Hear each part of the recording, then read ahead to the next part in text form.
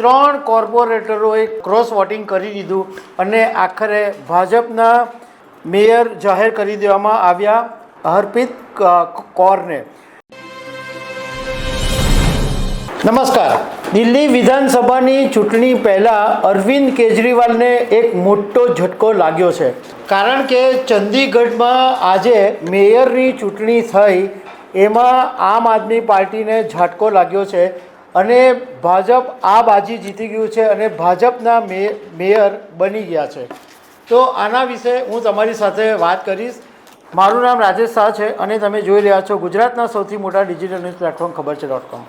ચંદીગઢની અંદર આજે મેયરની ચૂંટણી હતી અને એ મેયરની ચૂંટણીમાં સૌથી મહત્ત્વની વાત એ હતી કે આમ આદમી પાર્ટી અને કોંગ્રેસે ગઠબંધનની અંદર આ ચૂંટણી લડેલી, પરંતુ આમ છતાં પણ ભાજપ બાજી મારી ગયું।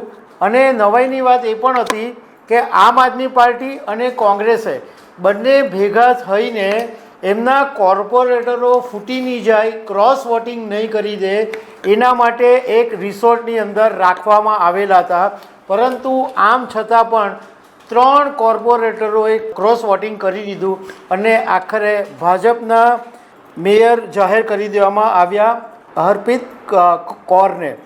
એટલે ભાજપે એવો ખેલ કરી નાખ્યો કે કોંગ્રેસવાળા અને આમ આદમી પાર્ટીવાળા ઊંધા પડી ગયા।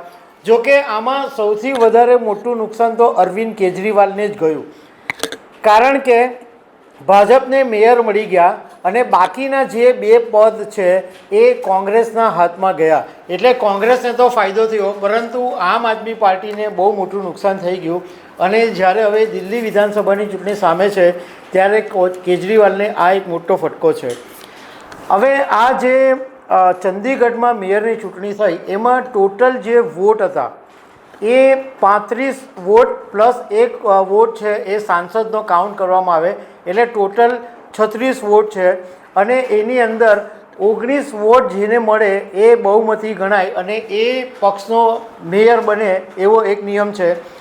તો આની અંદર જે આમ આદમી પાર્ટીની અને કોંગ્રેસનું જે ગઠબંધન છે એમાં એમની પાસે ટોટલ 19 કોર્પોરેટર હતા, એમાં આમ આદમી પાર્ટીના 13 અને 6 કોંગ્રેસના, એમ ટોટલ 19 હતા, જ્યારે ભાજપની પાસે માત્ર 16 કોર્પોરેટર જ હતા।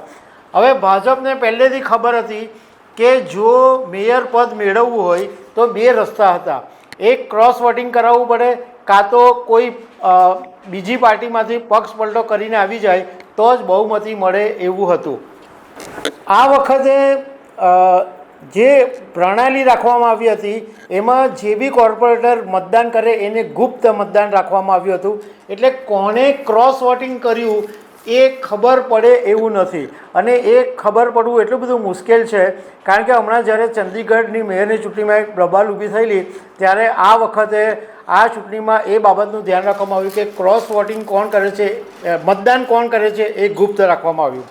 બીજું કે આ જ્યારે આજે ગુરુવારે સવારે મતદાન શરૂ થયું 11 વાગ્યાથી, ત્યારે આ મતદાન પંજાબ અને હરિયાણા હાઈકોર્ટના પૂર્વ ન્યાયાધીશ અને સુપ્રીમ કોર્ટ દ્વારા નિયુક્ત કરવામાં આવેલા સ્વતંત્ર નિરીક્ષક જયશ્રી ઠાકુરની દેખરેખ હેઠળ કરવામાં આવ્યું અને આ વોટિંગ થયું એમાં ભાજપને 19 વોટ મળી ગયા અને આમ આદમી પાર્ટીના જે પ્રેમલતા હતા એમને 17 વોટ મળ્યા। એટલે આખરે હરપ્રીત કૌરને ચંદીગઢના મેયર જાહેર કરી દેવામાં આવ્યા છે। આમાં ભાજપને એક ફાયદો એ થયેલો કે આ મેયરની ચૂંટણી પહેલાં કોંગ્રેસના એક વરિષ્ઠ કોર્પોરેટર ગુરબક્ષ રાવત હતા, એ કોંગ્રેસ સાથે છેડો ફાડીને ભાજપમાં આવી ગયેલા। હવે જે હરપ્રીત કૌરને ચંદીગઢના મેયર બનાવવામાં આવ્યા છે એ 60 વર્ષના છે અને તેઓ પૂર્વ કોંગ્રેસના કોર્પોરેટર દેવિન્દરસિંહ બબલારના પત્ની છે અને નિવૃત્ત કરદલના પુત્રી છે। તો દર્શક મિત્રો, આવી અનેક વાતો સાથે અમે તમને મળતા રહીશું। Thank you very much.